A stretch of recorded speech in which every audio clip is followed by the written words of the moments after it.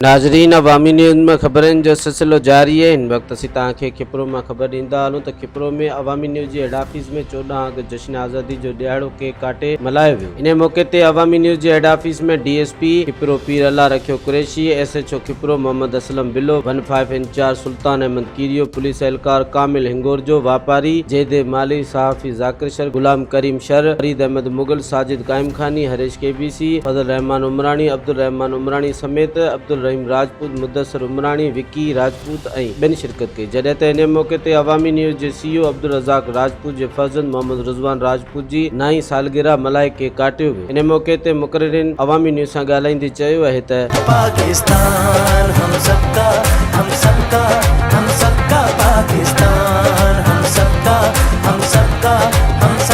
पाकिस्तान हम सबका पाकिस्तान।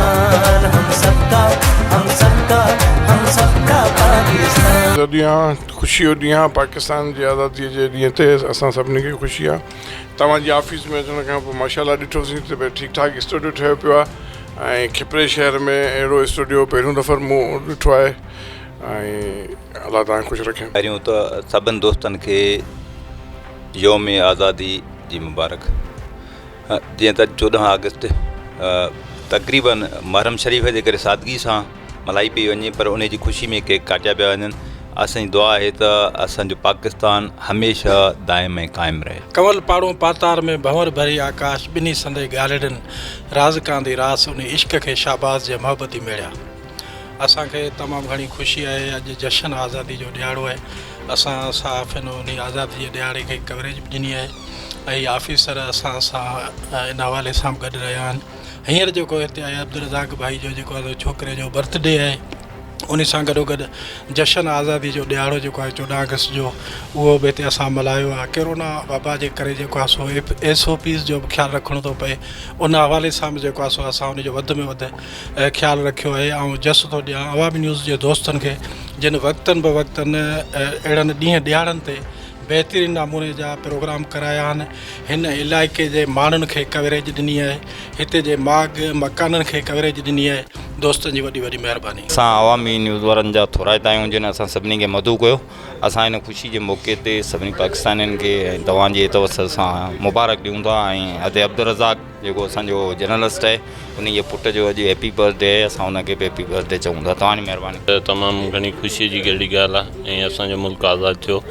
हिन मुल्क जे लाइ असांजे वॾड़नि जूं क़ुर्बानियूं आहिनि, उन्हनि जे क़ुर्बानीनि जे पोइ ई असांखे मुल्क आज़ादु थी मिलियो ऐं अॼु असां अल्हम्दुलिल्लाह आज़ादी जी ज़िंदगी गुज़ारे रहिया आहियूं ऐं असां कंहिंजे माताहत कोन आहियूं, बिल्कुलु आज़ादु आहियूं। ऐं 14 अगस्त 1947 ते जीअं असांजो मुल्क आज़ादु थियो, उनखां पोइ असांखे तमामु माना हिकिड़ो अलॻि मुल्क मिलियो ऐं तमामु घणी ख़ुशी थिए थी। ऐं असां जस पेश कयूं था हिते जेको अवामी न्यूज़ जे जेको दोस्त आहे अब्दुल रज़ाक, उन जेको हिते प्रोग्राम करायो आहे ऐं असां हुनखे जस पेश कयूं था। असां लाइ ख़ुशी जो ॾियारो आहे, ईद जो ॾियारो आहे, छो त हिन वक़्तु पाकिस्तान क़यामु आयो आहे।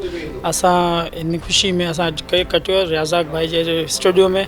असां सभिनि खे जश्न आज़ादी मुबारक चऊं। पाकिस्तान के अवाम को 14 अगस्त मुबारक हो। रज़ाक भाई के बेटे की सालगिरह भी है, उसको भी बहुत बहुत मुबारक हो। 14 अगस्त जी ख़ुशी जे मौक़े ते अब्दुल रज़ाक वटि अवामी न्यूज़ ते पहुता आहियूं। ॾाढी ख़ुशी थी आहे ऐं वॾो प्रोग्राम आहे। नंढड़े जी सालगिरह हुई, अॼु ॾाढी ख़ुशी थी। मज़ीद खबरों और तफसीलात के लिए विज़िट करें हमारी वेबसाइट www.awamiNewsHD.com।